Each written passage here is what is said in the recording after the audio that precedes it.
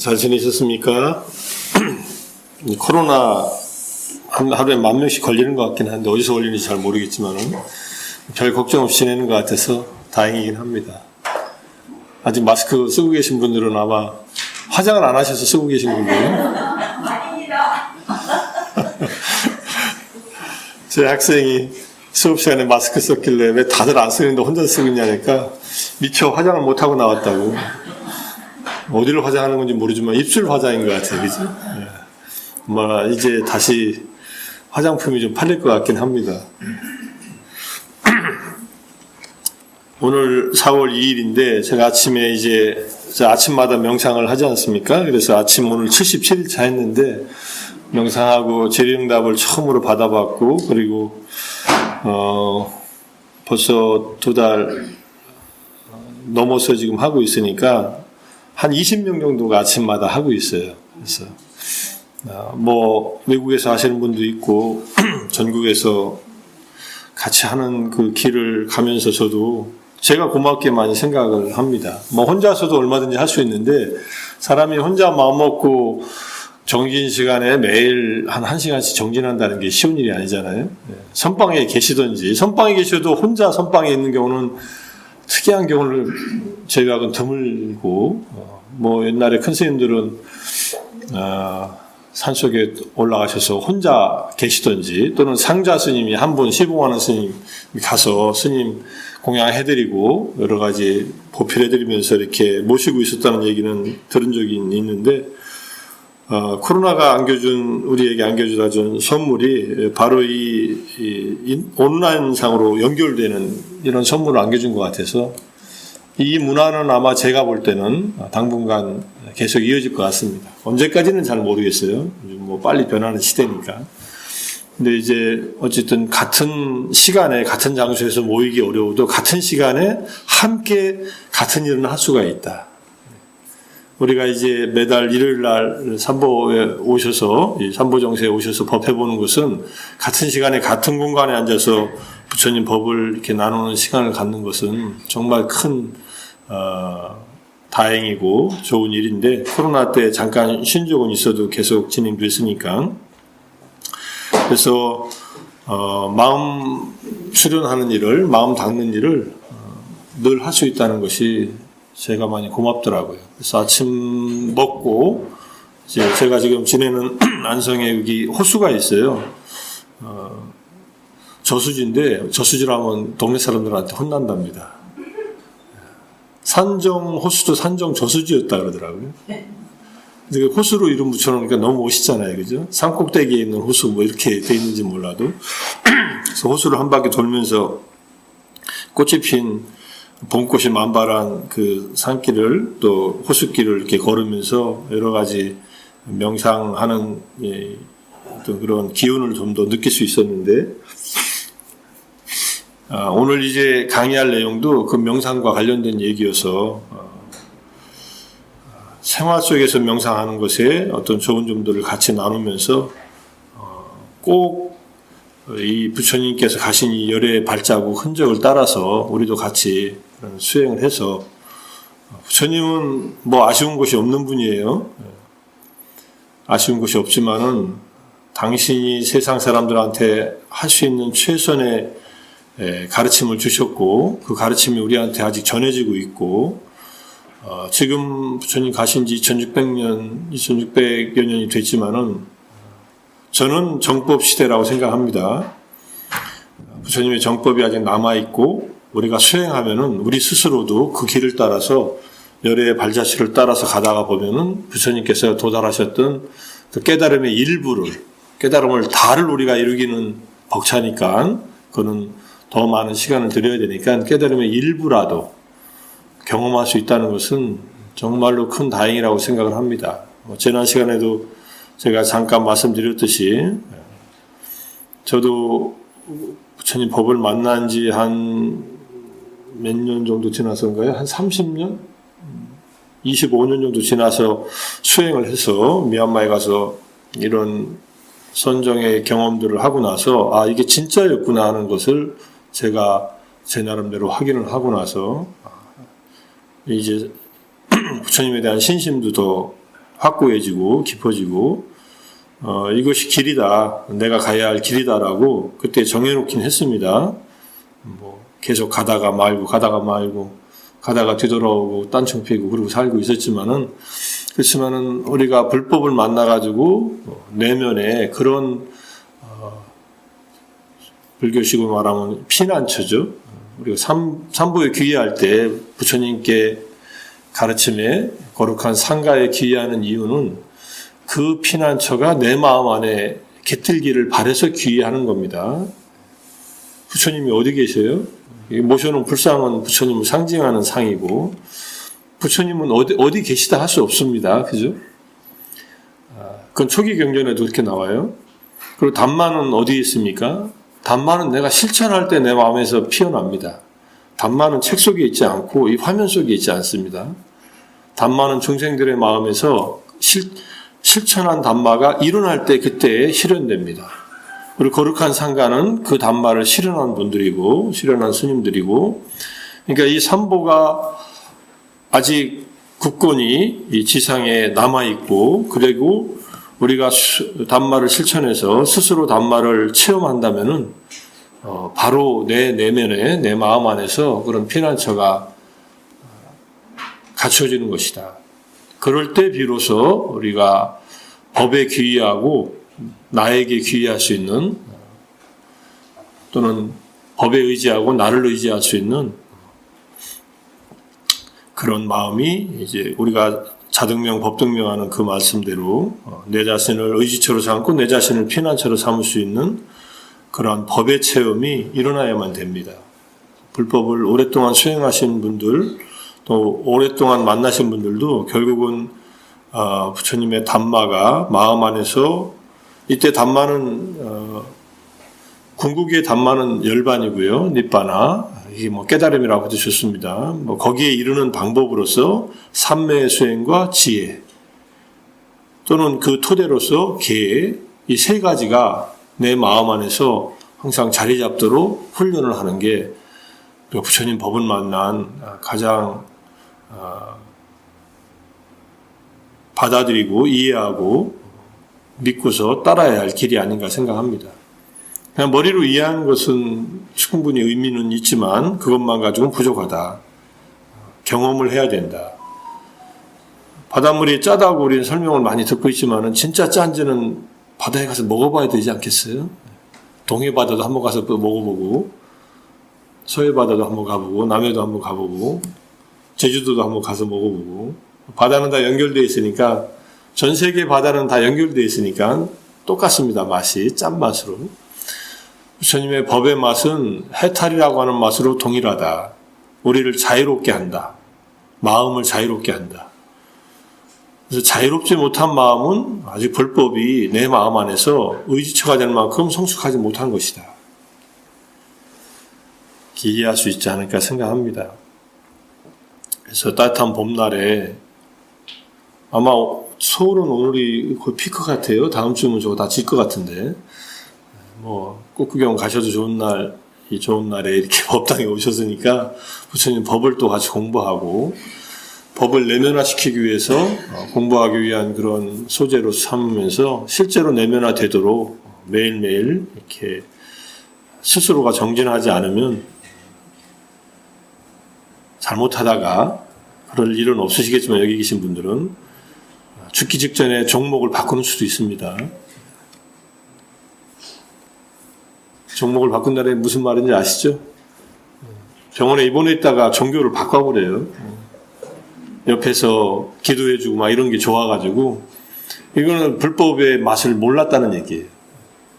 부처님 법의 맛을 자기가 알고 만약 법의 맛을 봤다면은 다른 것에 의지할 필요 없다는 것을 알게 됩니다. 신을 의지해서 가려고 하는 사람들은 의지해서 가면 되는 거지만은 신의 스승인 부처님의 가르침이 있는데 천인사, 사타, 대화, 마누사남 해서 모든 천신들과 인간들의 스승인 부처님의 가르침이 내 마음 안에서 이 마음을 가라앉히고 행복하게 하는 그러한 내적인 경험을 하시기를 바라면서 다시 지난 시간에 이어서 선정에 대한 얘기 말씀드리겠습니다. 이 초선, 2선, 3선, 4선은 가장 이 선을 이루는데 가장 좋은 방법 중에 하나가 호흡 명상이에요. 아나파나사티 사마디, 입출식염에 의한 삼매 성취인데, 그 방법은 가장 부작용이 적은데 시간이 필요합니다. 시간은 어느 정도 필요하냐? 삼매를 이룰 때까지 필요합니다. 얼마나 필요한데? 그러면 최소한 6개월, 좀 넉넉히 1년, 2년. 얼마나 하루에 해야 되는데 하루에 한 15시간씩 수행하면서. 힘들 것 같죠? 한숨 나오죠. 언제 그렇게 내가 이제 나이 다 먹어서 힘도 없는데. 근데 아마 수행을 하셔서 힘을 얻으시면은 이제는 그렇게 계속 살고 싶어 할 거예요. 근데 거기까지 도달하는데, 초선까지 도달하는데 시간이 최소한 짧으면 6개월, 길면 1, 2년 걸립니다. 근데 걸리고 나서 거기까지 도달만 하면은 그다음부터는 아주 행복한 수행의 길이 열려요. 근데 한 번도 평생 동안 한 번도 그걸 시도를 못하고 우리는 그냥 불법을 기도하고 또는 뭐 나름대로 신앙생활을 하면서 지내는데 정말로 권하고 싶은 내용은 적어도 한 번은 그렇게 안고에 들어서 삼매를 이룰 때까지 내가 이 수행을 포기하지 않겠다, 이런 각오로 한 번 정도는 하실 필요가 있다 생각합니다. 그러려면 건강하셔야겠죠. 건강 잘 유지하셔요. 이제 그런 기회가 되면은 나도 한번 할래 하고서 무리하게 할 필요는 없지만 하루에 한 10시간씩이라도 수행만 할 수 있는 곳에서 남 눈치 안 보고 내 수행에 집중할 수 있는 그러한 기회가 필요합니다. 제가 미얀마에 몇 년 전에 가서 이제 파업센터에 가서 스님께 삼매를 경험하려면 얼마나 마음 먹고 수행해야 됩니까? 얼마나 시간을 가지고 오면 되겠습니까? 저는 한 1년 정도면 된다고 이렇게 답을 들을 줄 알았더니 스님 하시는 말씀이 정답이 삼매를 이룰 때까지 시간을 정하지 말고 오십시오. 이렇게. 삼매 성취가 이 초선부터 2선, 3선, 4선까지 만약 이 삼매를 어느 것 하나라도 성취한다면 이 부처님의 발자국을 직접 내가 밟은 것이고 그 다음부터는 꽃길이 열립니다. 근데 안 해보고 싶으세요?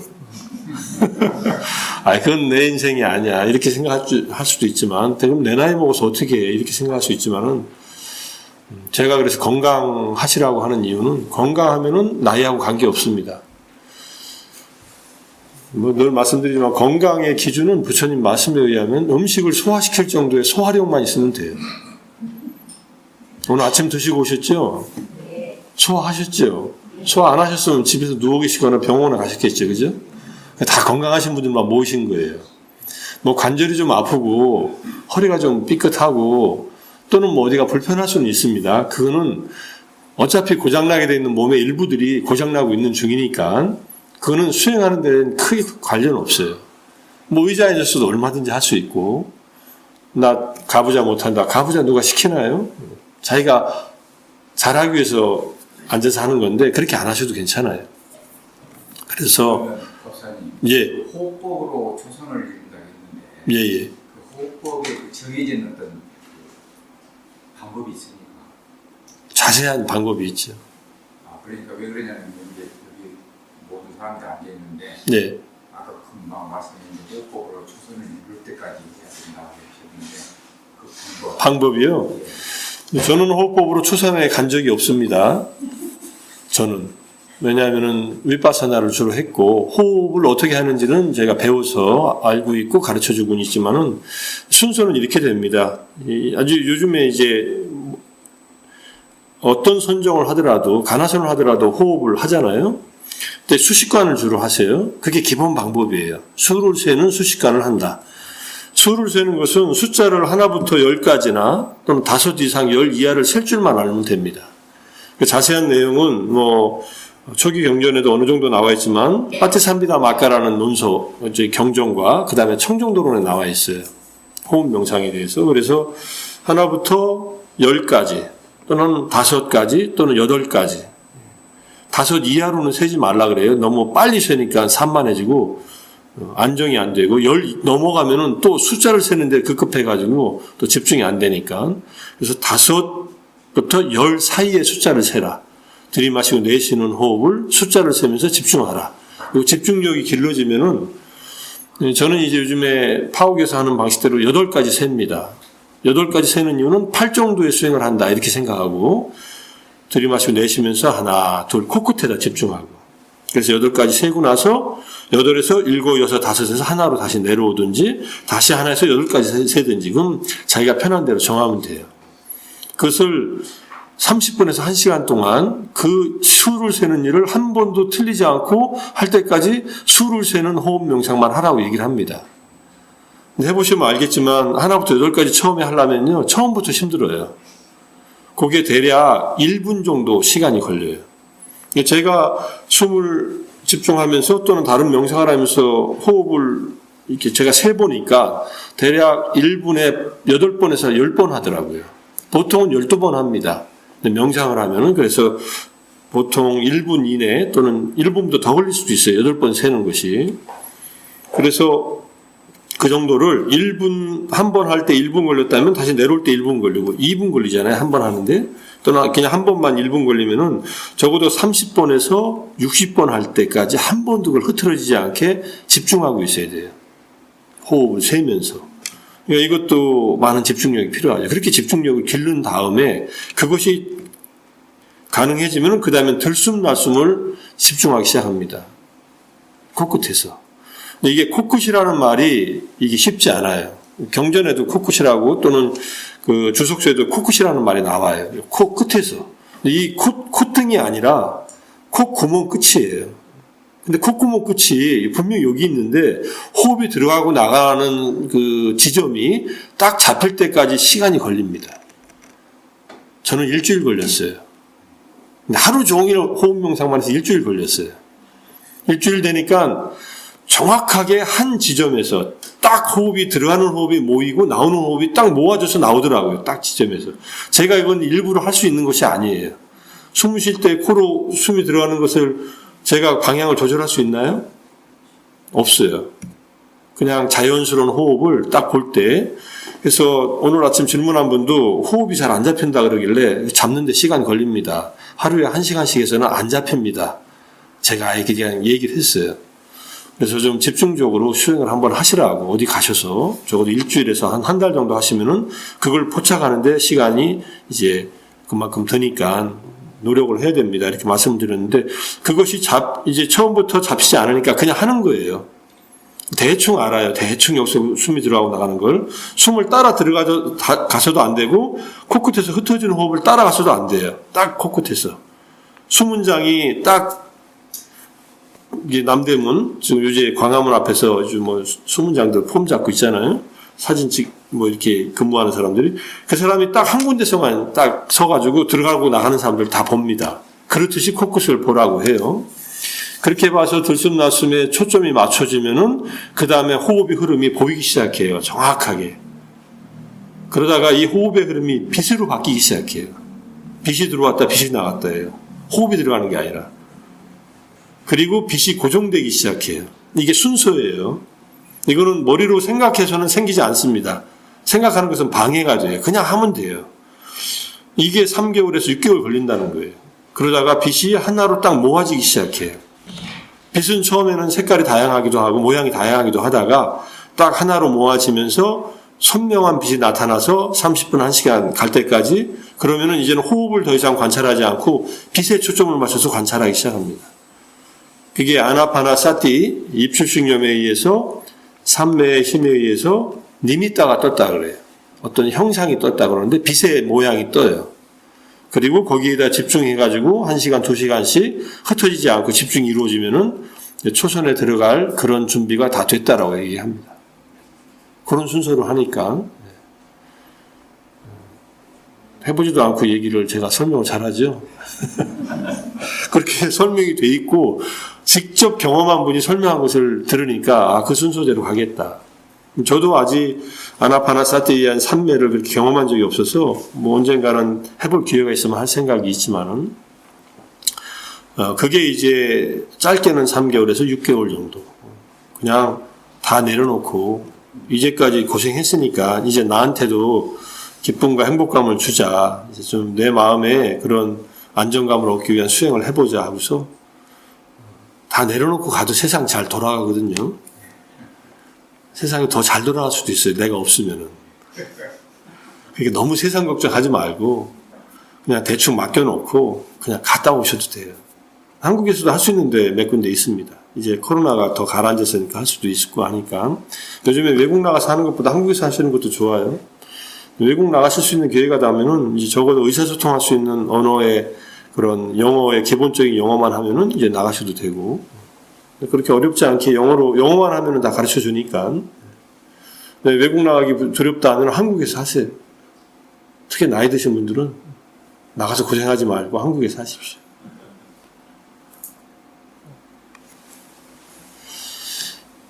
자, 그래서 호흡에 마음 챙기는 그 산매를 얻는 것이 가장 안정된 그 산매 수행법인데, 만약에 이걸 쉽게 다 얻을 수 있었다면은 쉽게 선정을 얻고 다들 지혜를 얻든 또는 뭐 다른 어떤 수행들을 하겠지만은 이제 평소행을 안 하다가 갑자기 했는데 이게 갑자기 산매가 이루어진다. 이건 좀 이상하죠, 그죠? 빨리 효과를 보는 것은 그 효과가 빨리 또 사라질 수도 있습니다. 그러니까 찬찬히 일어나는 게 맞아요. 부처님은 어떻게 태자 때 그게 일어났느냐? 태자 때 아무도 안 가르쳐 줬는데 나무 아래 앉아 있다가 초선에 들잖아요. 그럼 부처님의 전생부터의 수행이 이미 있었기 때문에 늘 해오던 수행이에요. 만약에 여기 계신 분들 중에서 과거 생에 이 생은 아닌 것 같고 아무리 생각해도 또는 이 생에서 다른 수행을 했어요. 근데 과거 생에도 했고 이 생에도 했다 하면은 그 수행법들의 힘들이 이제 조건으로서 힘을 발휘하기 시작합니다. 그러면 빨리 산매에 들 수도 있어요.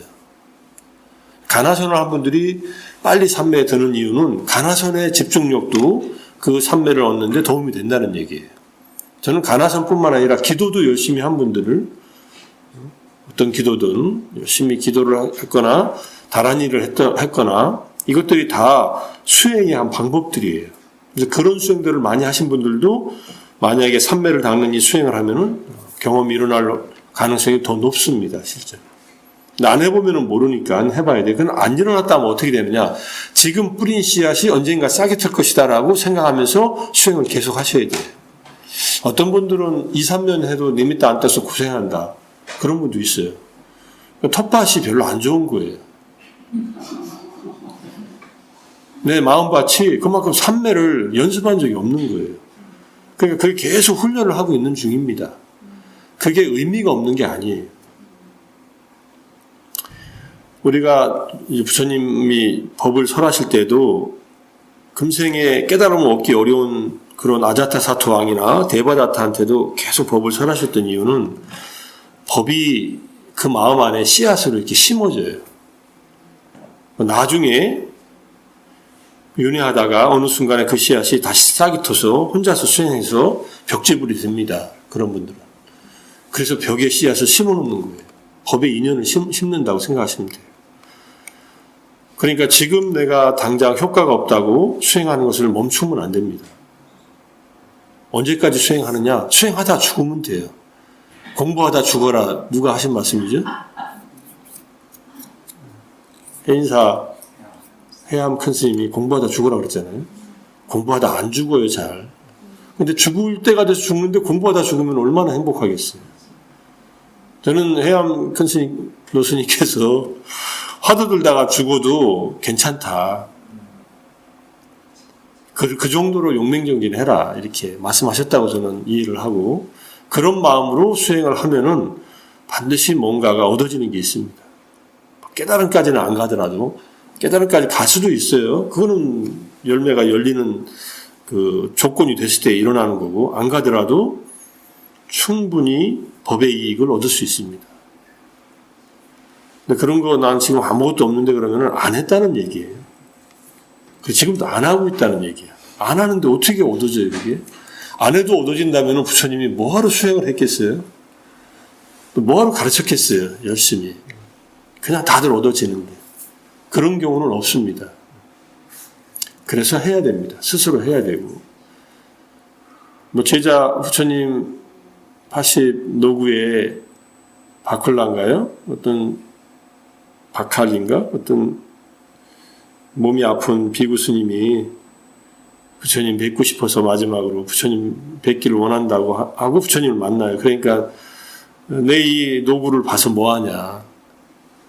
나도 몸이 성치 않다. 너도 아프지만은 나도 편치 않다. 몸이 삐걱삐걱거리고 힘들다. 그리고 내 가사를 붙들고 부처님 가사를 잡고 평생을 쫓아다녀도 수행 안 하면은 아무 소용 없다. 이렇게 말씀하셨어요. 그러니까 수행하는 것이 부처님을 만나는 방법이에요. 그래서 법을 보는 자는 나를 본다라고 했어요. 우리가 부처님을 직접 보고 싶으면은 수행을 하면 돼요. 그때 법은 닛바나입니다. 열반을 체험하면은 그 부처님이 보일까요? 저도 모르겠어요. 아직 안 봐서. 제가 나중에 보면은 중계방송 해드릴게요. 그 말씀의 핵심은 무위법인 열반을 내 마음으로 체험하면은 부처님도 그 법을 보셨고 성자들이 다 보셨기 때문에 같은 풍경을 본다라고 일단 이해하면 됩니다. 같은 마음 상태가 되는 거예요. 그것이 저는 부처님께서 우리들에게 주신 가장 큰 선물이다. 거기에 이르는 방법을 주셨다는 게 그렇게 이해하시고 법을 내면화시켜서 일어나는 생각들이 하는 말들이 하는 행동들이 법에 어긋나지 않게 그때 어떤 법이냐 하면은 5계를 벗어나지 않고 조금 더 나아가면 10선법을 벗어나지 않게 5계를 확장시키면은 말과 행동으로 하는 7가지에 마음으로 하는 3가지가 포함됩니다. 탐욕, 분노, 사견에 빠지지 않는 것.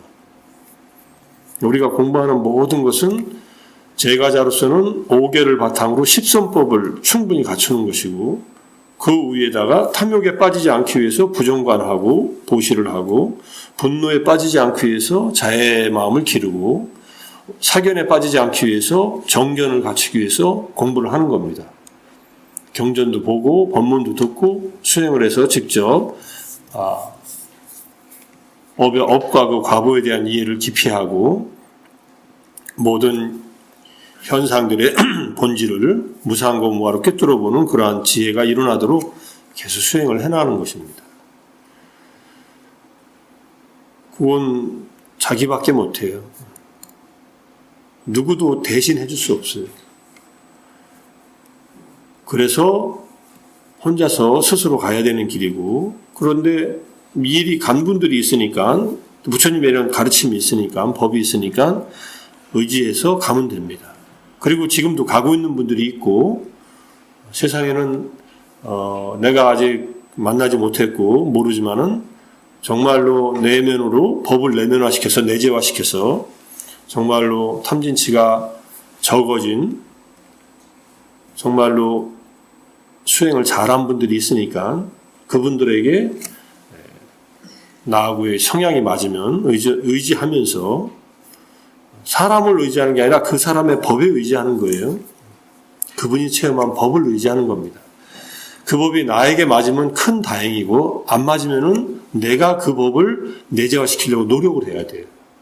안 그렇고 내가 이해하고 있는 것과 다르다 해가지고 배제하면은 내 안에 새로운 법이 정립될 수 있는 가능성이 더 줄어드는 겁니다. 부처님이 계시면 너무나 좋겠지요. 부처님은 딱 필요한 가르침을 필요한 사람에게 정확하게 딱 전달하시고 그냥 정확한 일타 강사세요. 그냥 한 사람 한 사람에게 딱 맞는 법문을 주세요. 근데 대중이 많이 있다 하면요. 그 대중 속에서 어떤 한 사람이나 한 집단이 당신의 법문을 오늘 듣고 깨달음의 길을 열 수 있으면 그 사람을 초점을 맞춰서 법문을 해요. 그리고 그분들은 깨달음 얻고 다른 분들은 이제 깨달음의 법연을 이제 씨앗을 심는 거고, 법을 듣다가 그래서 깨닫습니다. 실제로 법을 듣다가 깨닫는 것은 법을 듣기 전에 이미 준비가 돼 있었다는 얘기예요. 법을 듣는데 막 이해가 생겨서 막 머릿속으로 논문이 써지고 막 박사논문 써지고 이런 게 아니에요. 근데 핵심적으로 자기 번뇌가 법을 듣는 순간에 이게 소멸되는 그런 경험을 하는 겁니다. 그러니까 언하에 깨닫는다라는 말이 그냥 나온 말은 아니에요. 근데 그 말하기 전에 준비 과정이 있어야만 된다. 사리푸타 존자께서 아라한이 될 때도 옆에서 부처님 옆에서 이렇게 부채질하다가 부처님께서 이쪽에 앞에 앉아있는 비구에게 법을 설하는 것을 듣고서 부채질하다 아라한이 돼요. 특이하죠? 이렇게 부채질하다. 법을 듣는 도중에 마지막 번뇌가 끊어지고 아라한의 깨달음을 얻습니다. 모클라나 존자는 혼자 수행해서 아라한이 됐지만은 아난 존자는 경행하다가 약간 쉬려고 침상에 허리가 다 닿기 전에 아라한이 되지만 이게 눕는 도중에, 그러니까 이렇게 깨달음이 일어나는 순간은 깊은 산매에 이렇게 앉아서 좌선만 하는 그런 산매가 필요한 것은 아니에요.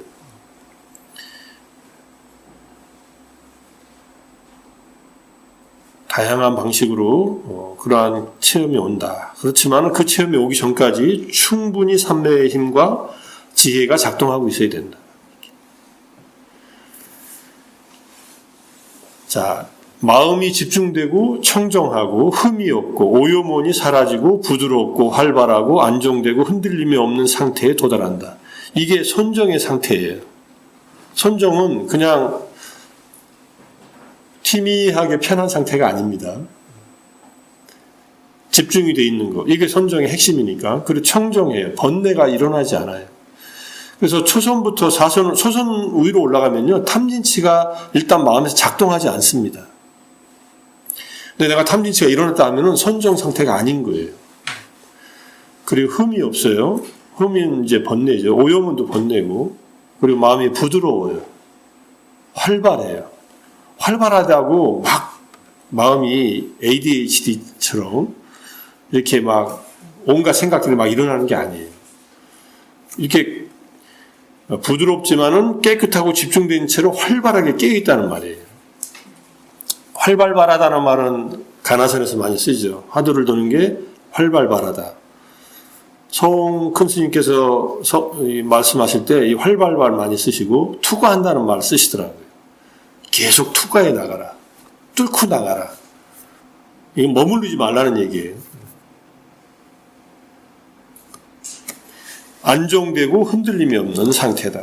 저는 가나선도 제가 깊게 안 해봐서 말씀드릴 내용은 별로 없지만, 화두를 도는 것은 삼매를 닦는 것이 아니에요. 초선, 이선, 삼선, 사선. 저는 제가 직접 여쭤봤어요. 화두를 들 때 삼매에 들어갑니까? 그러니까 화두에 들지는 않는다. 아직 삼매에 들지는 않는데 삼매의 경험이 따라 붙는다. 화두에 힘이 붙으면. 그게 이런 상태가 되는 거예요. 그럼 윗바사나도 마찬가지다. 저도 이 윗바사나를 했잖아요. 윗바사나 하면은 딱 이렇게 돼요. 이 선정이 안 들어가도. 여기 있는 이 상태가 그대로 유지가 돼요. 그러니까 사선정에서 일어나는 일들이 윗바사나 하는 도중에 일어나더라고요. 이렇게. 흔들림이 없고 마음이 동요가 되지 않아요.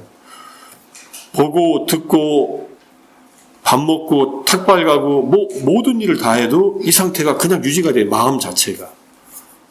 얼마나 신기해요. 그죠? 내가 삼매를 닦은 게 아닌데 왜 이 상태가 유지가 되지? 그랬어요. 그때는. 근데 윗바사나의 삼매도 이런 형태의 힘을 준다. 이런 얘기죠. 그러니까 자꾸 마음을 돌아보세요. 내 마음은 지금 어떤 상태인가? 화가 나 있나? 짜증이 나나? 아니면 뭔가 조급한가? 불안한가? 계속 자기 마음을 돌아보면은 이런 상태가 아니라면은 그 마음을 자꾸 이런 상태가 되도록 훈련을 해야 돼요. 스스로가. 점점점 이런 상태가 된 채로 사회생활을 할 수가 있게 되고 사회생활을 하더라도 이게 깨지지 않게 되는 그런 힘이 생깁니다. 자, 부처님은 적어도 두 가지 이유를 들어서 점진적인 수행에 항상 선정을 포함시킵니다. 삼매는 길의 본질적인 완성에 기여합니다. 이때 길은 이제 수행의 길이에요. 이제 길이라는 것은 범부들이 닦으면은 범부들의 팔정도가 되고, 성자의 길이 열린다는 것은 도의 지혜가 열리는 겁니다. 수타원의 도의 지혜, 사다함, 아나함, 아라한의 도의 지혜가 이 도의 지혜만이 번뇌를 끊어내요. 그러니까 길의 본질적인 완성은 아라한의 도입니다. 아라한의 완전한 깨달음. 부처님도 아라한이 되셨고 붓다가 되시고 제자들은 아라한이 되고서 거기서 도를 완성해요. 대승경전은 법화경에서는 아라한이 되고 나서 또 닦아야 될 길이 남아있다, 붓다가 되는 길이 남아있다라고 이렇게 얘기하는 그런 독특한 해석을 다시 하지만은, 보통은 초기불교나 대승불교의 일반적인 입장은 성문 아라한이 돼서 수행을 마칩니다. 그 다음 벽지불, 영각불, 독각이 돼서 거기서 수행을 마치고, 삼마삼붓다, 부처님이 돼서 수행을 마칩니다. 이 세 분은 다 수행을 마쳤다는 데에서 더 이상 닦을 것이 없어요. 근데 이제 법화경에서는 이 회삼귀를 한다고 성문, 영각, 보살의 세 가지 수행법을 다시 불승으로 하나로 귀일시켜서 붓다가 되는 길로 가게 한다. 아마 이 주장은 굉장히 다른 법화경 이외의 다른 대승 불교도들에게도 받아들이기 쉽지 않았을 겁니다. 초기에는. 뭔 소리야? 갑자기 저런 소리를 해? 이랬을 거예요. 근데 그게 저는 이제 법화경을 이제 불설이라고 생각하는 그 구성원들은 이래야 법의 실천이 완성된다라고 그렇게 믿고 그 길을 이제 만들어낸 거죠. 나도 그게 옳다라고 생각하면 그렇게 가시면 돼요. 상불경 보살의 원력처럼 어떤 중생을 만나더라도 나는 당신은 부처가 될 것입니다. 나는 당신을 소홀히 여기지 않습니다. 가볍게 여기지 않습니다. 당신은 부처가 될 것이기 때문입니다. 이렇게 수기를 하며 다녔다잖아요. 수기는 이제 부처님이 수행자들에게 부처가 될 것이라고 내리는 수기인데, 이거는 보살이 그러고 다니니까 네가 뭔데 나한테 수기를 줘 하면서 돌팔매질을 당했다는 거 아니에요. 그럼 도망가서 저 멀리 가고 그래도 나는 당신을 존중합니다. 당신은 부처가 될 것이기 때문에. 자기한테 돌팔매질을 해도. 그래서 많이 뭐 그런 얘기 듣는 얘기지만은 자, 그런 각오가 있으면 그런 수행자의 삶을 살면 됩니다. 뭐 그런 방법이 법화경이라는 대승경전에 있으니까. 뭐 어쨌든 선정을 포함시켜서 본질적인 완성에 기여한다고 하는데, 대승의 보살들이 가장 많이 수행한 게 선정이에요. 삼매예요. 초기 대승경전에는 삼매 수행이 그렇게 강조돼서 나옵니다. 이 말의 핵심은 제가 이야기로 삼매 없이 보살도는 없다. 삼매가 경험되지 않고서 보살대를 닦는 것은 어렵다. 왜냐하면 지쳐요. 이걸 이제 심리학에서는 회복 탄력성이라고 합니다. 리질리언스라는 말을 써요. 내가 피곤해졌을 때 다시 회복하는 힘이에요. 몸이 피곤해지면 쉬면 되잖아요. 마음이 피곤해지면 어떻게 해야 돼요? 마음도 쉬어줘야 돼요. 근데 마음이 쉬는 법을 잘 몰라요. 그러니까 우리는 여행을 떠나고 일상에서 떠나가지고 좋은 곳에 가서 좀 쉬었다 옵니다. 근데 거기 가서 쉬었다가 다시 오면은 다시 마음이 복잡해지는데, 그럼 계속 쉬어야 될 거 아니에요, 가서. 계속 쉬면은 마음이 또 괴로워져요.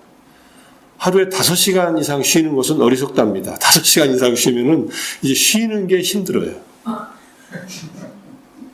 연구를 했더니 그렇대요. 그래서 많이 쉬어도 5시간 이상 쉬지 말라.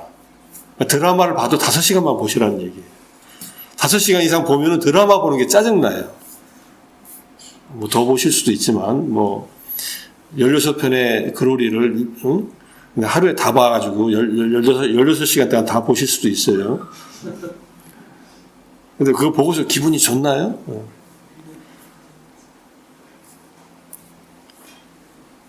그래서 노는 것도 시간을 정해놓고 놀아라. 이게 요즘의 연구 결과예요. 근데 놀아서 회복되면 되는데 놀고서 또 지쳐버려요. 노느라고 힘드네. 노느라고 힘드니까 또 쉬어요. 쉬다가 따분하니까 또 놀아요. 이렇게. 그렇게 인생이 이제 진행하고 있는 거예요. 보살행을 하다가 지치지 않으려면은 보살행을 하는 사이사이에 계속 삼매를 닦아야 됩니다. 이 삼매의 힘이 자기 안에서 에너지를 스스로가 회복시키는 거예요. 부처님께서 광음천의 천신처럼 우리는 기쁨을 먹고 살자. 광음천은 제2선천입니다. 이선천은 초선을 지나고 이선에 가면은 삼매의 힘에 의해서 기쁨이 생겨요. 우리는 탐진치에서 벗어나서 기쁨을 먹으면서 살자. 기쁨을 양식으로 해서 살자. 이렇게 말씀하셨어요. 밥 한 끼 굶어도 괜찮다. 그런데 삼매의 힘에 의해서 기쁨이 일어나면은 훨씬 더 많은 에너지가 마음 안에 생긴다. 이런 얘기입니다. 그 길을 다 보시고 다 경험하시고 사람들한테 충고를 하신 거예요. 실제로 그렇다는 얘기니까. 그래서 내가 보살도를 닦겠다. 누군가에게 봉사를 하고 육바라밀을 닦아서 나는 성불하는 길을 가겠다. 그럼 누가 말려요? 가면 되지. 가다 지치지 않으려면은 매일 삼매를 닦으셔야 돼요. 매일 1시간씩 해서 안 됩니다. 최소한 2-3시간씩 하셔야 돼요. 제가 2-3시간이라고 한 이유는 오케스트라에서 연주하는 필하모닉 같은 데서 연주하는 그 단원들이 매일 연습하는 시간이 2-3시간이에요. 그냥 매일 해요, 그 사람들은. 연주 없는 날도 매일 해요. 1시간은 기본 연습하고 1시간은 자기가 얼마 안 있다가 연주할 곡을 하든지 2시간 정도는 그 곡을 매일 연습해요. 그래야 그 기량이 나온다는 거예요. 손흥민 매일 볼을 2-3시간만 찰까요? 2-3시간 차서는 저렇게 못 달립니다. 매일 슛 연습만 제가 하기로 2-3시간 한다고 들었어요. 그러니 그 프리킥 할 때 골이 들어가는 거예요. 그거 연습 안 하다가 우연히 차면 들어갑니까? 내가 매일 보살행을 닦겠다. 그럼 매일 시간을 정해서 적어도 2시간 이상은 삼매를 닦으세요. 그러면은 힘이 차서 또 도와줄 마음이 나고 또 힘들면 또 와서 또 삼매 들고 그러니까 삼매에 능숙해야 돼요. 본질적인 완성에 기여하면서 보살행에도 기여한다. 그래서 부처님이 보살행을 닦기 전에 수기를 받기 전에 이미 부처님은 수매다 행자 때 선종을 다 닦고 신통력 5신통까지 다 얻고 수기를 받아요. 그래서 내가 보살행을 닦겠다고 마음을 먹으면 이제 부처님의 예를 든다면은 선정의 힘을 갖추고 5신통까지는 얻고 나서 그 다음에 내가 보살행을 닦겠다라고 마음 먹으셔도 괜찮다라고 생각을 합니다. 그럼 하지 말라는 얘기네 이렇게 생각하실지도 모르지만 하지 말라는 얘기는 아닙니다. 계속 하다 보면은 그 길하고 만나진다는 얘기예요. 그 다음에 이 삼매, 선정이 야기하는 깊은 집중은 통찰이 일어나는 기초로서 기여합니다. 통찰, 지혜. 이 지혜가 없으면 번뇌가 안 끊어져요. 그럼 삼매는 뭐 하는 일이냐? 번뇌를 눌러놔요. 작동하지 않게 해요. 번뇌가 마음에서 작동하지 않으면 힘이 생깁니다. 여기서 말하듯이 활발하고 흔들림 없고 이런 상태가 돼요. 진짜로 정진 열심히 잘하시는 스님들은 잠 많이 안 주무세요. 잠 오래 자면 머리가 더 아프대요. 그 말이 많이 쉴수록 더 피곤감이 온다는 얘기예요. 그러니까 잠을 딱 3-4시간만 딱 주무세요. 9시에 죽빛 딱 치고 스님이 선방에서 정진하시는 분, 오래 정진하시고 힘 있는 분들은 죽빛 치고 바로 일어나서 다시 앉고 2-3시간 더 정진하시고 다 불 끄고서 다 자는데 혼자서 정진하시고 그 다음에 아침에 4시는 3시에 죽빛 치기 전에 또 미리 앉아서 일어나서 정진하시고 그렇게 정진하신다. 그러니까 봉암사에 8시간 정진하는 방, 10시간 정진하는 방, 14시간 정진하는 3단계로 지금도 그러신지 모르지만 제가 갔을 때는 선방이 3개가 있어요. 초급반, 중급반, 고급반 이렇게. 굉장히 합리적인 선택이에요. 제가 예전에 군대 있을 때 달리기 할 때도 초급반, 중급반, 고급반이 있었어요. 빨리 뛰는 그룹. 여긴 중간 뛰는 그룹, 여기는 천천히 뛰는 그룹. 한국군에서는 이렇게 안 달립니다. 무조건 다 그냥 다 똑같이 뛰어요. 그러니까 한국군은 좀 무리하게 뛰는데 미군들은 이렇게 뛰어요. 아주 사람도 많아서 그렇지만 저는 늘 고급반에서 뛰어가지고 고급반에서 미군 애들 구령 붙이면서 막 데리고 다니면서 뛰고 그랬는데 제가 잘 뛰기는 잘하더라고요. 요즘 안 해서 그렇지만 이 장거리 달리기를 잘하더라고요. 등산을 하도 다녀가지고 명상도 점점점 수준을 높여가면서 그렇게 하시면 됩니다. 2-3시간이 충분하다고 생각하실지 모르지만 더 하고 싶으시면 더 하세요. 집안일도 하시면서 하시라는 얘기지. 집안일 다 팽개치고 너네들이 알아서 살림 살아. 나는 이제 명상할 테니까 여기가 내 몸문간이야. 여기 들어오지 마. 밥하고 나 불러. 그리고 밥 먹고 들어. 그렇게 하실 수 있으면 그렇게 하셔도 좋지만 생활하시면서 얼마든지 할 수 있습니다. 그래서 통찰이 일어나야 번뇌가 끊어진다. 통찰을 일으켜라. 이게 부처님이 길의 본질적인 완성 속에 나중에 나오지만은 3매 4선까지 가면은 길이 몇 가지가 선택지가 있습니다. 이제 바로 이제 지혜 수행 쪽으로 가는 방법과 무색계 선정을 닦는 방법과 신통력을 닦는 방법이 있고 그 다음에 계속 3매를 닦아서 천상에 태어나는 그런 방법이 있어요. 이게 다 가능해져요. 가장 많은 선택지가 생기는 게 색계 4선입니다. 그래서 여러 가지를 하시고 싶으면 색계 4선까지 가시면 됩니다. 그리고 무색계종을 닦기 위해서 무색계종으로 가시고 그 다음에 신통력을 얻고 싶으시면 신통력 쪽으로 마음을 기울이면 되는데 신통력은 기울인다고 그냥 나타나지는 않습니다. 전생에 인연이 있어야 돼요. 조건이 있어야 돼요. 수행을 했어야 돼요. 금생에 신통력 안 일어나겠네? 안 일어나는 것이 아니라 일어나는데 시간이 더 걸린다. 또는 정말 금생에 못 얻으면 다음 생에 신통이 나타나는 그러한 수행으로 연결된다. 이렇게 보시면 됩니다. 뭐 천안통, 숙명통, 천이통, 타심통, 누진통, 신족통 같은 신통들.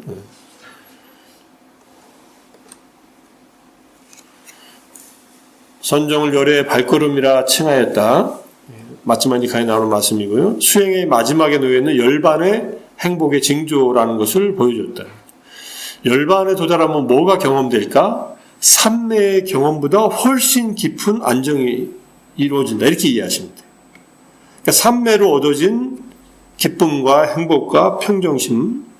삼매는 세 가지 단계로 향상되는데 기쁨, 희열이 생기고 추선과 이선에서 그 다음에 행복감이 같이 생기는데 희열이 강하니까 행복감은 희열에 묻히다가 3선에 가서 희열이 사라지고 행복이 깊어지고 4선에 가면 행복도 사라지고 평정한 마음이 생깁니다. 평정한 마음이 진짜 행복이라는 것을 그때 가서 알게 돼요. 그전에는 몰라요. 그 경험이 안 되니까. 인생의 가장 안정되고 편안한 시기가 75세부터라 그러더라고요. 외국에서. 외국 사람들 평생 연금 넣고 정년퇴직하고 연금 받아서 살고 연금이 보통 자기 급여의 한 60-70% 이렇게 나오고 그러니까 적게 나오지 않아요. 우리나라 국민연금은 너무 국민연금 적게 받는다고 뭐라 그러면 안 됩니다. 국민연금 몇 프로 넣어요? 우리 9%씩 넣어요. 국민연금 넣는 사람들. 9% 넣고서 60% 받기를 원하면 이건 누가 그 돈을 내요?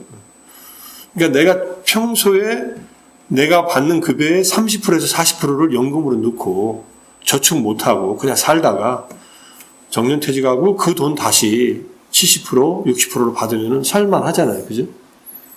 우리나라 사람도 그렇게 하라면요. 못 믿겠다. 나 국민연금 돌려달라. 국민연금 2055년에 바닥난다 그러더라.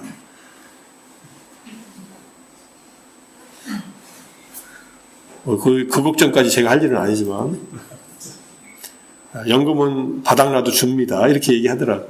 그리스가 국가 부도가 나도 연금은 다 줬대요. 연금은 국가에서 그냥 주는 거예요. 어떻게든 주면 되잖아요. 그러니까 너무 걱정하지 않으셔도 된다. 뭐 어쨌든 열반이라고 하는 곳에 도달할 때까지 이 단계들을 밟아서 선매 속에서 기쁨과 행복과 평정심이 이루어진다는 것. 나이가 들어서 얻어지는 그 평정심은 이제 신경 쓸 일이 덜하니까 건강만 하다면 수행하기 좋은 나이다 이렇게 생각할 수 있어요. 75세부터 수행하라면은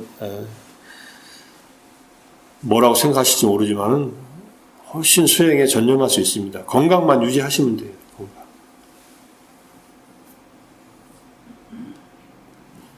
대사증후군 최소화시키시고 없게 하시고 당뇨, 고혈압, 고지혈증 잘 관리하셔서 약 안 먹고 그 세 가지가 관리가 되는 상태로 75세를 맞이하면은 그때 한번 수행 한번 해보자고요. 미리 하셔도 되고 뭐 지금 이미 대사증후군이 있으신 분들은 잘 관리하시고 잘 극복하세요. 불치병도 아닌데 없앨 수 있습니다. 그것이 무서운 게 아니라 그것 때문에 오는 후유증들이 합병증이 무섭잖아요. 당뇨 합병증이. 당뇨 잘 관리하셔서 운동 많이 하셔야 돼요. 많이 걸으시고 식이요법 하시고 그리고 스트레스 안 받게. 스트레스 받으면 당연히 몸이 훨씬 힘들어합니다. 마음이 스트레스 받으면. 우리 스트레스 안 받으려고 부처님 법 만나서 수행하는데 근데 절에 나오면 더 스트레스 받는다. 그러면 절에 안 나와야죠. 그죠?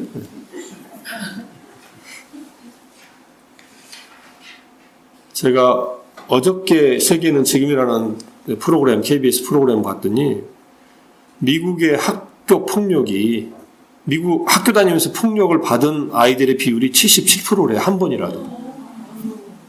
SNS로 그 폭력적인 경험을 하는 학생들이 중고등학생들이 초등학교는 거의 없으니까 중고등학교 44%랍니다. 저는 우리나라 애들이 워낙 불안해서 그런 줄 알았더니 그러니까 미국도 이게 불안정한 사회라는 얘기예요. 제가 볼 때는 유럽의 국가들은 훨씬 적을 거라고 생각합니다. 그러니까 미국은 바람직한 사회가 아니에요. 제가 미국을 헐뜯자고 하는 얘기가 아니에요. 저희 아이들도 미국에 있지만은 그러니까 그 폭력 받다가 애들은 집에 있는 총 갖다가 엊그제도 또 총 쐈잖아요. 3명 죽이고. 우리나라 총기 소지 자유화 시키면요. 우리는 정말 전쟁 날 거예요. 매일 총격전이 일어날 거예요. 학교가 어디서. 우리나라 사람들은, 남자들은 대부분 총을 쏠 줄 알지만, 군대 가서 다 배운 총, 그게 잘 통제되고 있는 게 다행입니다. 그러니까, 사회 전체가 왜 이렇게 불안정해졌을까? 이거는, 자기 마음만 봐서는 해결 안 될 수도 있습니다. 자기 마음을 봐서 안정시키는 방법을 공유해 나가야 돼요. 사회적인 문제들도 해소해야 됩니다. 불평등이 심화되면은 사회는 더 불안해지고 전체적으로 불안정해지고 우리가 같이 만들어 나가는 사회니까. 자, 어쨌든 선정은 행복의 징조라는 거 잘 이해하셔서 이 경험을 많이 할수록 저는 훨씬 더 안정된 상태에서 아이들도 클 수 있다고 생각해요. 그래서 빨리 어린 시절에 아이들이 이 경험을 하게 해서 이 경험의 안정 속에서 자기 삶을 살아갈 수 있는 토대를 마련해 주면 좋겠다. 그게 안 된다면 적어도 대학교 1, 2학년 때 정도에 이런 경험을 할 수 있게 도와주는 게 참 좋겠다라는 생각을 합니다. 그래서 그거는 장기적으로 우리 사회 전체를 위한 정말 중요한 투자다 이렇게 생각합니다. 그래서 대학생들, 고등학생들은 대학 가려고 바쁘니까 1, 2학년 되면은 1, 2학년 때 해야 돼. 3, 4학년 되면 또 애들이 또 번뇌가 많아요. 또 취직 때문에. 2학년 때부터 번뇌에 사로잡혀서 사는 걸 제가 서울대에서 강의할 때 경영학과 2학년 남학생 둘이서 교수님 상담 좀 해주세요 해서 상담 받았더니 취직 걱정하고 있더라고요. 왜 대학교 2학년이 취직 걱정을 해? 3학년, 2학년 마치고 취직할 건가? 밥 얻어먹기 위해서 그랬는지도 몰라요. 제가 밥을 사주고 나서 상담을 했으니까. 밥 사주고 고민이 뭐냐 밥 먹으면서 그랬더니 졸업하고 취직이 걱정이 됩니다. 그래서 그러냐? 그래서 그거는 지금 아무리 걱정해봐도 길이 안 보이니까 그냥 공부만 열심히 해라. 하고 싶은 일 열심히 하고 그랬더니 우연히 됐는지 모르겠어요. 그 뒤에 뭐 만난 적은 없으니까. 졸업한 뒤에 일어날 일을 2학년 때부터 걱정하고 사는 그런 것이 대학생들이에요. 그러니까 1학년, 2학년 때, 신입생 때, 여름방학 때 그냥 뭐 하다가 제 마음 같아서는 그냥 한 달간을 명상만 시키는 거예요. 잘 대접해주고 덜덜 볶지 않으면서 편안하게. 그럼 얘들이 내면에서 경험되는 게 있으면은 이런 경험이 있네. 그리고 출가하면은 큰 다행이죠, 그죠? 요즘에 출가자도 별로 없는데. 너 출가는 대학 졸업하고 해라 하고서 다시 대학으로 가게 해서 그것을 자기를 회복할 수 있는 힘으로 삼고 공부를 시키면은 훨씬 공부를 내지는 잘할 것 같은 느낌이 들어요. 그 사례로 성공한 게 이제 태국의 담마가야 법신사 절입니다. 그런 식으로 해서 대학생들을 교육을 시켰는데 어쨌든 우리는 그런 기회가 없어서 이렇게 살아왔지만은 그나마 불법을 만난 인연으로 이렇게 공부하고 있지만은 이 행복의 징조를 빨리 마음 안에서 경험하는 것은 아주 중요합니다.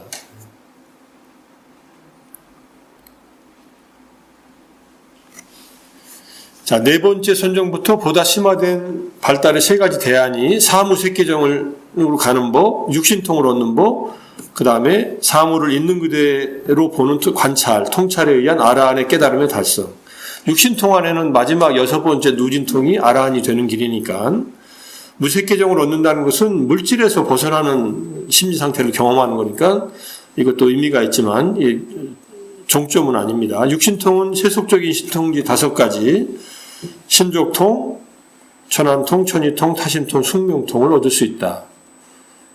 얻을 수 있다지 다 얻는다는 아닙니다. 말씀드렸지만은 과거생부터 신통을 얻기 위한 수행을 해왔을 때 이 힘이 결합되면서 일어난다. 이렇게 일단 이해하셔도 좋고 또 강력한 수행법이 있으면은 사선을 닦고서 내가 숙명통을 하고 싶다 하면은 과거생이 보일 거고 자기가 숙명통을 해서 자기 과거생이 보였는데 수행력이 강한 분은 타인의 과거까지 보인답니다.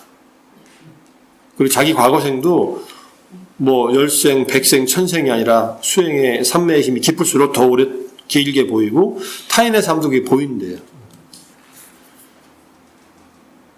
보시는 분들이 있어요. 실제로 숙명통을 하시고 제가 듣기로 달라이라마도 그런 분 중에 한 분입니다.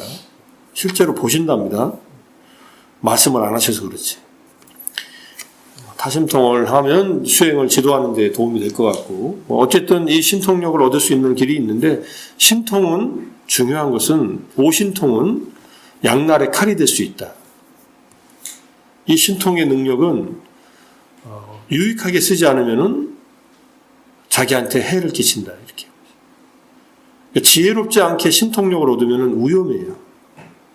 작은 신통이라도 신통의 힘이 자기의 이익을 추구하다가 남에게 해를 끼치는 그런 일이 일어나면은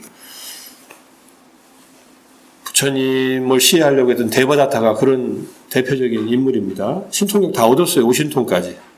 선정 다 닫고. 근데 그것으로 깨달았다고 착각해서 부처님이 계속 더 수행하라고 했는데도 부처님 몸에 상처를 입히면서 신통력도 사라지고 그냥 순식간에 사라지고 고통을 겪게 됐다고 하니까 오신통을 얻는 것이 중요한 게 아니라 오신통을 다룰 수 있는 마음 자세가 중요하다. 그러니까 십선업의 마음을 늘 갖추는 습관 위에서 신통력이 생기면 괜찮아요. 탐욕도 조절하고 분노도 조절하고 사견에도 빠지지 않으니까. 근데 이게 없는 채로 이걸 얻으면은 위험하다는 거예요. 천안통 같은 게 열리는 수 있어요. 다른 수행을 하다가. 뭐 그냥 예를 들면은 뇌호흡 하다가 어린아이들한테 시켰더니 천안통 같은 게 열렸어요. 얘가 갑자기 앉아서 이게 명상하다가 뭐가 보인대. 수련센터에서 수행하는데 집이 보인대. 이게 환각이라고 생각할 수 있잖아요. 그죠? 환각은 누구한테 나타나는 증상입니까? 조현병 환자들, 정신병 환자들. 그래서 얘를 자꾸 그게 보인다니까 정신병원에 데려가서 약 먹여가지고 진짜 조현병 환자를 만들어버려요.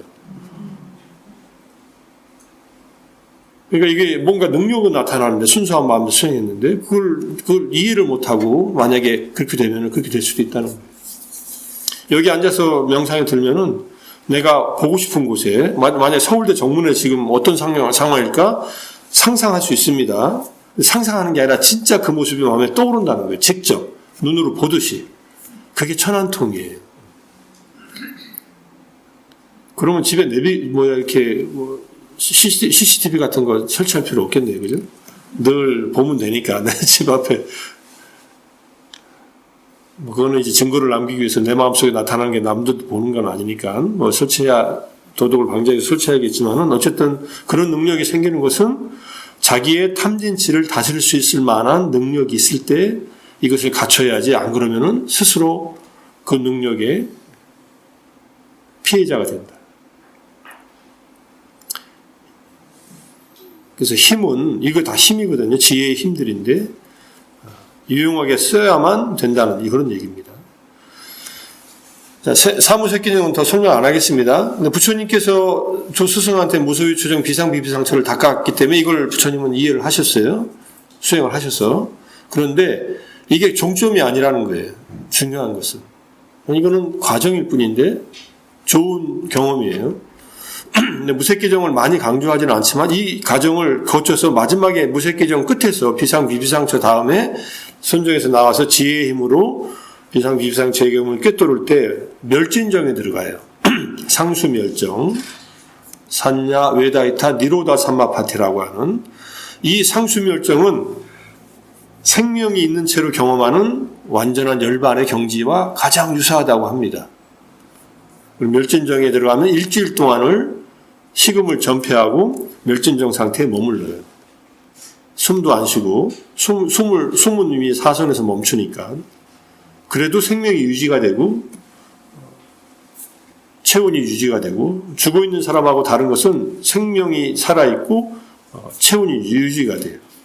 이거 멸진정의 등불을 죽었다고 생각하고 착각해서 화장하는 사례도 주석서에 나옵니다. 스님이 앉아서 열반에 드셨네? 동네 사람들이 와가지고 신자들이 와서 애석해하고 그냥 거기다가 나무를 쌓아놓고 그냥 화장을 시켜버려요. 안 탑니다. 근데 가사도 안 탄대요. 멸진정에 둔 채로 죽을 수 없다 그래요. 생명이 끊어지지 않는데요. 스님이 이제 다 그러고서 다 내려갔어요. 무심하지. 나중에 살이라도 주스러 올라갈 때 스님이 혼자서 일주일 후에 깨나니까 자기 주변에 재들이 잔뜩 있는 거예요. 뭐 누가 이거 와서 불 뗐나 하고서 툭툭 털고 바로를 들고 이제 마을로 탁바라로 내려갔더니 동네 사람들이 깜짝 놀라는 거예요. 스님 다 화장했는데 살아오셨다고. 부활하셨다고. 근데 나중에 이제 설명을 해서 내가 멸전정에 들어있어서 이런 일이 있었다고 하니까 이제 그렇게 이해했다고 하는 내용이 이 주석서에 나와요. 어쨌든 멸전정에 가기 위해서 사무색정을 닦는 방법은 있어도 꼭 필수적은 아니었다. 근데 부처님 당시 때 사리푸타 존자, 모갈라나 존자 다 이 경지를 얻습니다. 부처님도 물론 얻으셨고. 네, 핵심은 이제 사물을 있는 그대로 보는 통치할 지혜에 의해서 알아내 깨달음에 도달하는 게 핵심이다. 이렇게 보시면 되고. 자, 이렇게 육신통을 얻는 방법과 그 다음에 사선정 다음에 얻는 세 가지 지혜는 세 가지만 보면은 숙명통, 천안통, 누진통 이 세 가지예요. 부처님이 깨달음을 얻으시는 전날 밤부터 깨달음을 얻는 새벽까지 초야의 숙명통, 중야의 천안통, 후야의 누진통을 얻으셨다고 하셨거든요. 초야는 저녁 6시에서 10시 사이, 중야는 10시에서 2시 사이, 후야는 2시에서 6시 사이입니다. 4월 보름날이니까 지금 4월 보름이 되려면은 지금으로 하면 한 6월쯤 될 거예요. 6월이면은 하지 때니까 아마 6시쯤 되면 이미 환하게 밝고 해가 뜰 무렵일 겁니다. 부처님이 해가 뜰 무렵에 성도하셨다는 말이 그래서 나온 겁니다. 숙명통, 전생을 기억하는데 전생은 고통이었다는 것을 기억해서 고통을 이해하는 지혜가 생긴 거고, 천한통은 다른 중생이 죽어서 어디서 태어나는가를 이해하는 암. 이거는 업이 어떻게 그 결과를 만들어내는가 하는 것을 아니까 고집성제, 사성제에서 괴로움의 원인을 꿰뚫고 하는 지혜하고 연결되어 있고, 누진통은 이제 사성제를 꿰뚫어 알았다고 하지만 사성제 중에서 멸성제, 괴로움의 소멸인 진리를 꿰뚫어 알아서 세 가지 번뇌에서 다 벗어났다. 감각적 쾌락에 대한 가래인 용루, 존재에 대한 가래인 유루, 무지에 대한 번뇌인 무명루. 가래가 아니라 번뇌들이죠. 감각적 쾌락이 있으면 욕계에 태어나고요. 존재에 대한 가래가 있으면 색계나 무색계에 태어나고, 무지가 있으면 그냥 삼계에 계속 태어납니다. 무지는 뿌리예요. 그래서 이걸 다 끊어야만 이제 완전 아란이 됩니다. 유루, 존재에 대한 가래는 아란이 될 때 다 끊어집니다.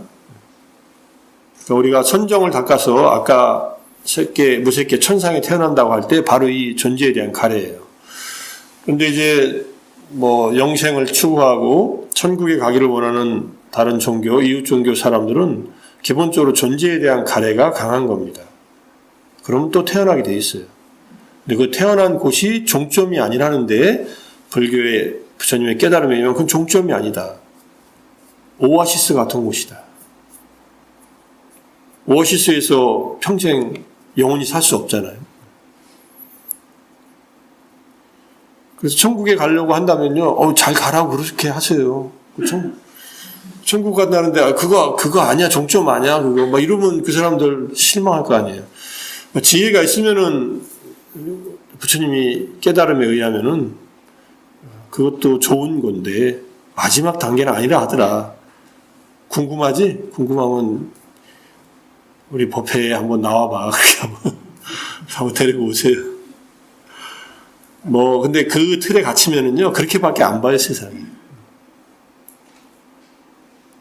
근데 그게 바른 견해면은 괜찮아요. 바른 견해가 아닌 게 문제죠. 한정된 견해고, 집착하면은 사견이 됩니다. 사견이라고 하면 또 기분 나빠하니까. 그 정도로 인정해주면 돼요. 천상세계는 있다. 천국에 가는 것은 좋은 일이다. 하지만 천국은 종점이 아니다. 라고 우리는 이해하고서 수행을 해야 되고, 그렇지만은 종점이 아니지만은 충분히 가치 있는 일이기 때문에 부처님은 천상에 가기 위해서 정진하는 것을 제가자들한테는 계속 얘기를 하신 거예요. 천상에 가는 분들은요, 죽을 때 천상의 마음 상태로 죽는다라고 이해하시면 돼요. 죽음의 마음이 다음 생으로 연결되니까. 근데 죽을 때 인간이 그립다 하면은 다시 인간으로 올 거고, 죽을 때 인간답지 못하게 죽었다 그러면 동물로 태어날 거고, 그것도 아니다 하면은 지옥에 갈 거고. 누가 보내는 거 아닙니다. 바빠 죽겠는데 누가 누구를 보내겠어요? 지가 알아서 가는 거지. 염라대왕이 와서 잡아갑니까? 최근에 나온 내일이라는 그 드라마 1편 보다 말았어요. 내일이라고 하는 넷플릭스 들어가면 내일이라고 있어요. 한번 쳐보세요. 옛날에 도깨비 같은 그런 영화예요. 지옥에서 꺼내와가지고 누가 저승사자가 돼가지고 억울하게 죽는 사람들 없게 만드는 거예요. 그래도 좀 착한 저승사자인데요. 어쨌든 우리가 이렇게 인생을 살아오면서 내가 결정해서 주변 관계 속에서 내 삶을 살아왔듯이 죽은 뒤에도 내 업이 죽은 뒤에 연결돼서 다음 생으로 연결되는 겁니다. 그래서 그 업이 맑으면은 좋은 곳으로, 좋은 삶으로 태어나고, 업이 혼탁하면은 혼탁한 업에 따라서 거기에 맞는 곳에 갈 수밖에 없어요. 그게 부처님이 말씀하신 내용에 대한 믿음을 가져야 되는 내용입니다. 모르잖아요, 우리가.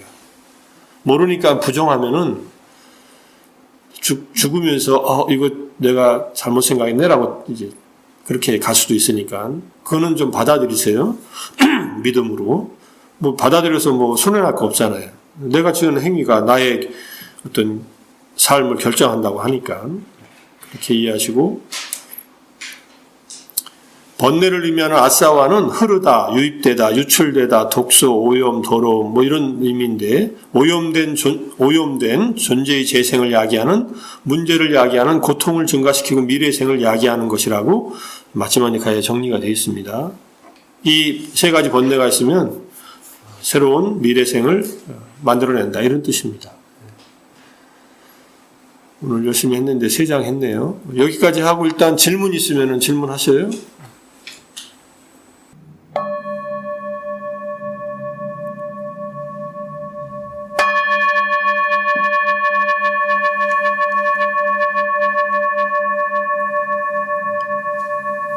수고하셨습니다.